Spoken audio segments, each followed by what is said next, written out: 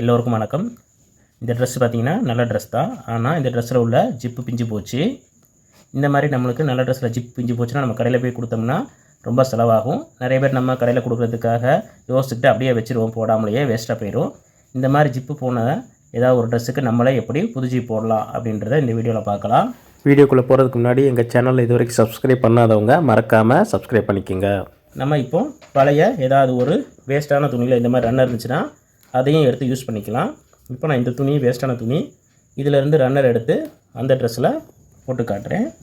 இந்த மாதிரி தேவையில்லாத ஜிப் இருந்துச்சுன்னா அதை இந்த மாதிரி கட் பண்ணிக்கோங்க.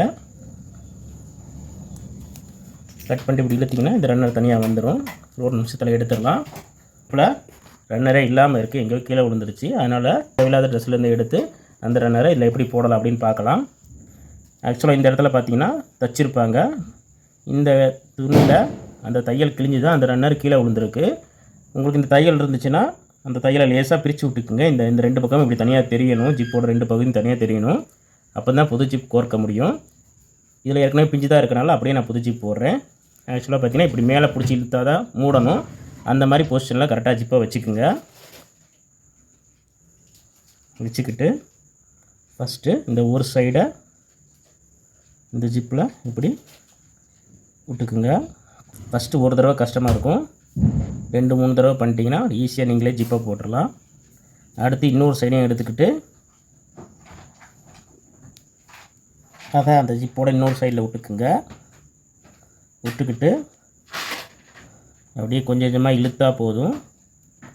ஃபஸ்ட்டு மட்டும் உங்களுக்கு கொஞ்சம் சிரமமாக இருக்க மாதிரி இருக்கும். நல்லா இப்படி டைட்டாக பிடிச்சிக்கிட்டு சைடில் 2 பக்கம் பிடிச்சிக்கிட்டு அப்படியே அந்த ஜிப்பை கொஞ்சம் கொஞ்சமாக மேலே இழுங்க.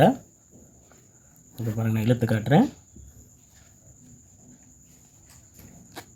இழுத்துட்டு வந்துருச்சு பாருங்கள், ஜிப்பு போட்டுருச்சு. பார்த்திங்களா, ஜிப்பு போட்டாச்சு. இப்போ நம்ம புதுசாக ஜிப்பு வாங்கவும் இல்லை, இந்த ரன்னர் தொலைஞ்சி போச்சு. வேறு ட்ரெஸ்லேருந்து எடுத்து அப்படியே ஈஸியாக நுழைச்சி போட்டோம். சில டைமில் ஃபஸ்ட்டு உங்களுக்கு இந்த மாதிரி நுழையிறது கொஞ்சம் கஷ்டமாக இருக்கும். கொஞ்சம் போட்டு பழகினா ரொம்ப ஈஸியாகவே நுழைச்சிடலாங்க. இந்த 2 சைடையும் பிடிச்சிக்கிட்டு அந்த ரன்னரை வச்சு கரெக்டாக அப்படியே இழுத்திங்கன்னா வந்துடும். இப்போ நம்ம அடியில் இந்த மாதிரி ஓப்பனில் இருந்துச்சுன்னா நம்ம திரும்ப ஜிப்பை கீழே இறக்கும்போது அது கலண்டு வந்துடும்.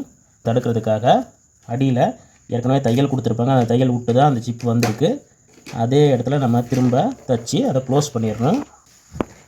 கரெக்டாக அந்த தையல் இருக்க இடத்துல அந்த ஜிப்போடு சேர்த்து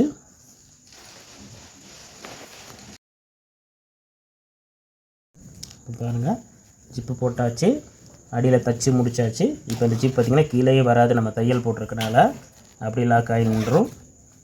சூப்பராக ரெடி பண்ணியாச்சு. ஓகே ஃப்ரெண்ட்ஸ், இந்த வீடியோ பிடிச்சினா இந்த வீடியோக்கு ஒரு லைக் பண்ணிடுங்க. எங்கள் சேனலையும் மறக்காமல் சப்ஸ்கிரைப் பண்ணிக்கோங்க. தேங்க்ஸ் ஃபார் வாட்சிங். பை.